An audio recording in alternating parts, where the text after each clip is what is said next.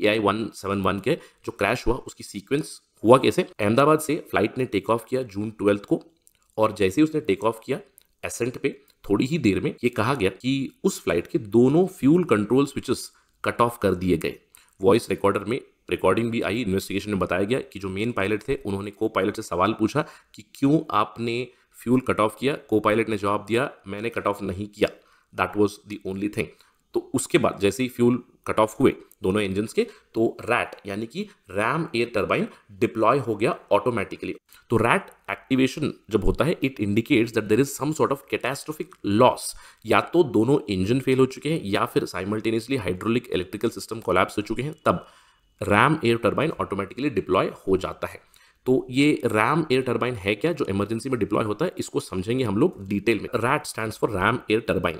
ये एक छोटा विंड टरबाइन होता है। अगर इसको आपको समझना है तो बेसिकली आपने हमारे विंड टरबाइंस देखे होंगे जो घूमते घूमते एनर्जी को प्रोड्यूस करते हैं, वही फेनोमेना है। क्योंकि फ्लाइट ने टेक ऑफ कर लिया, हवा में है, तो हवा की फोर्स से ही ये टरबाइन घूमेगा और आपको थोड़ा बहुत बैकअप पावर दे देगा।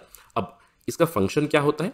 RAM air turbine it acts as a emergency backup system है ये in case of total loss of both engine. दोनों इंजन फेल हो गए या फिर फ्लाइट के इलेक्ट्रिकल और हाइड्रोलिक सिस्टम्स अगर फेल हो गए तो रैट डिप्लॉय हो जाता है। रैट ऑटोमेटिकली भी डिप्लॉय होता है। इस केस में AI-171 में ऑटोमेटिकली डिप्लॉय हुआ, और अगर पायलट चाहे तो पायलट इसको मैन्युअली भी डिप्लॉय कर सकते हैं। ये कैसे पावर जनरेट करता है मैंने आपको बताया कि जस्ट थोड़ा सा इमेजिनेशन चाहिए। जैसे हमारे विंड टरबाइंस पावर को जनरेट करते हैं, वही फिनोमेना है। जैसे ही एक बार डिप्लॉय होगा, ये जो प्लेन की फ्यूसेलाज से ओपन अप होगा तो हवा की वजह से, एयर फ्लो की वजह से बहुत ही तेजी से घूमेगा। जैसे जैसे तेजी से घूमेगा तो ये आपको इलेक्ट्रिकल पावर प्रोवाइड करेगा।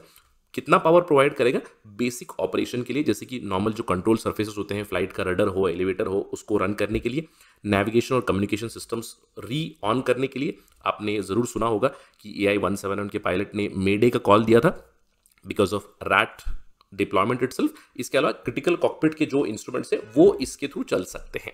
अब क्वेश्चन उठता है, sir can ram air turbine help fly the plane? Technically the answer would be no. लेकिन अगर समझ लीजिए बहुत हाइट पे है, यानी कि एयरक्राफ्ट बहुत हाइट पे है और वहां पे दोनों इंजन्स फेल हो चुके हैं, तो कुछ हद तक ram air turbine can provide sufficient backup to the pilot, ताकि वो थोड़ा बहुत कंट्रोल रिटेन करे, कम्युनिकेट करे और इमरजेंसी लैंडिंग शायद कर सके। Now this is like a last resort. So RAM air turbine is the last resort kind of wind power device जहां पे वो इलेक्ट्रिकल पावर प्रोवाइड करेगा। अब आपके दिमाग में सवाल आ रहा होगा कि सर AI-171 में ऐसा क्यों नहीं हुआ? क्योंकि AI-171 में उतना ऑल्टीट्यूड पहुंच ही नहीं पाया वो फ्लाइट, ताकि रैम एक्टिवेट हो जाए और थोड़ा बहुत कंट्रोल दे दे। ऐसा कुछ नहीं हुआ। जैसे ही टेक ऑफ किया उसके बाद इट क्रैश्ड।